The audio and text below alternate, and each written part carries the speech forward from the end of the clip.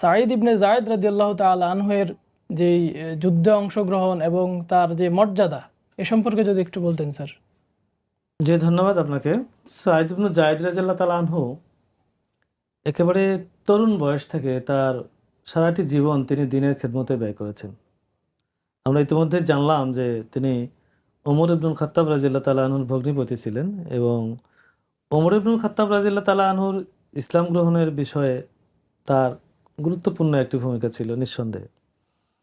তো এই সাঈদ ইবনে যায়েদ রাদিয়াল্লাহু তাআলা আনহুর যুদ্ধে অংশগ্রহণের ব্যাপারে যদি আমরা বলতে চাই, আমরা জানি যে প্রত্যেকটি সাহাবীর যুদ্ধে যাওয়ার এত বেশি অনুপ্রেরণা ছিল এবং তাদের মনের মধ্যে শাহাদাতের একটা তামান্না ছিল যে শহীদী মৃত্যু যেন আমরা পাই। যে কারণে প্রত্যেকটা সাহাবীর নিকট যুদ্ধে যাওয়া একটি অতুলনীয় সৌভাগ্য হিসেবে বিবেচিত হতো। জি এই সাঈদ ইবনে যায়েদ রাদিয়াল্লাহু তাআলা আনহু বদর যুদ্ধ ছাড়া প্রায় প্রত্যেকটি যুদ্ধে তিনি অংশগ্রহণ করেছেন। জি বদর যুদ্ধে রাসূলুল্লাহ সাল্লাল্লাহু আলাইহি সাল্লাম তাকে বিশেষ দায়িত্ব দিয়ে, একটু আগেই আমি বলছিলাম যে তাকে সিরিয়ায় পাঠিয়েছিলেন, সেখানে তিনি দায়িত্বরত ছিলেন। জি এরপর ইয়ারমুকের যুদ্ধে আমরা তার বিশাল একটা বীরত্ব লক্ষ্য করি। আমরা জানি যে ইয়ারমুকের যুদ্ধ এত কঠিন যুদ্ধ ছিল। পারস্যের বাসীর সঙ্গে এই যুদ্ধটি ছিল এবং মুসলিমদের সৈন্য সংখ্যা ছিল মাত্র ২৬-২৭ হাজার। জি অন্যদিকে শত্রু বাহিনীর সৈন্য সংখ্যা ছিল ১,২০,০০০।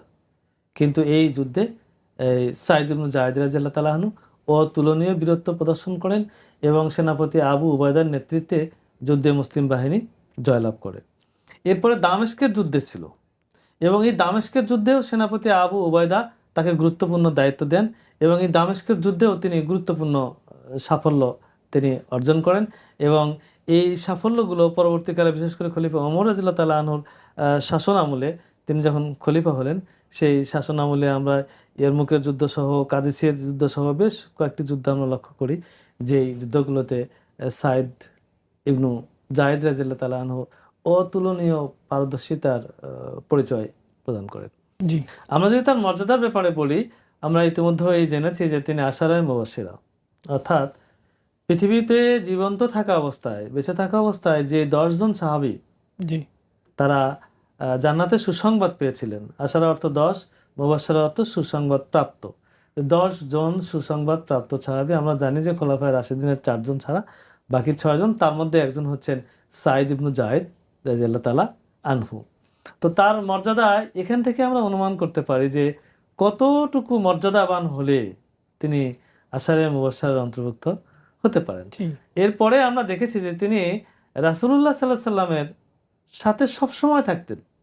তার বিশেষ একটা মর্যাদার জায়গা ছিল যে তিনি নামাজে সবসময় রাসূলুল্লাহ সাল্লাল্লাহু আলাইহি সাল্লামের পিছনে দাঁড়াতেন জি এবং জিহাদের ময়দানে সবসময় রাসূলুল্লাহ সাল্লাল্লাহু আলাইহি সাল্লামের সামনে থাকতেন।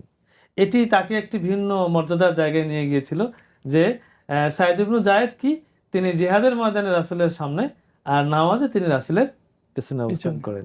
তো তিনি যখন সিরিয়ায় আবু উবায়দা যখন তাকে দামেস্কের ওয়ালি নিযুক্ত করলেন, তিনি কতটা জিহাদের প্রতি আন্তরিক ছিলেন, তিনি বেশি দিন এই ওয়ালির দায়িত্ব পালন করেননি।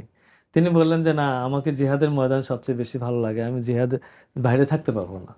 তো এইভাবে তিনি কিছুদিন দায়িত্ব পালন করার পর পুনরায় ফিরে আসলেন এবং রাষ্ট্রের, ইসলামী রাষ্ট্রের যখনই কোথাও কোনো জিহাদ হয়েছে, তিনি সেই জিহাদে অংশগ্রহণ করেছেন এবং জিহাদে অংশগ্রহণ করার কারণে তিনি একটি ভিন্ন মাত্রার মর্যাদা সাহাবায়ে কেরামের মধ্যে অর্জন করেছেন। তো এইভাবে আমরা দেখি যে সাঈদ ইবনে যায়েদ রাদিয়াল্লাহু তাআলা আনহু তার পিতার দোয়ার বরকতে তিনি একেবারে ছোট অবস্থা থেকেই তিনি ইসলাম গ্রহণ করেন এবং তিনি রাসূলুল্লাহ সাল্লাল্লাহু আলাইহি ওয়াসাল্লামের সান্নিধ্য লাভ করেন এবং তিনি আবু বকর রাদিয়াল্লাহু তাআলা আনহু, ওমর রাদিয়াল্লাহু তাআলা আনহুর খেলাফতকালেও তিনি জিহাদ সহ বিভিন্ন রাষ্ট্রীয় গুরুত্বপূর্ণ দায়িত্ব পালন করে তিনি বিশেষ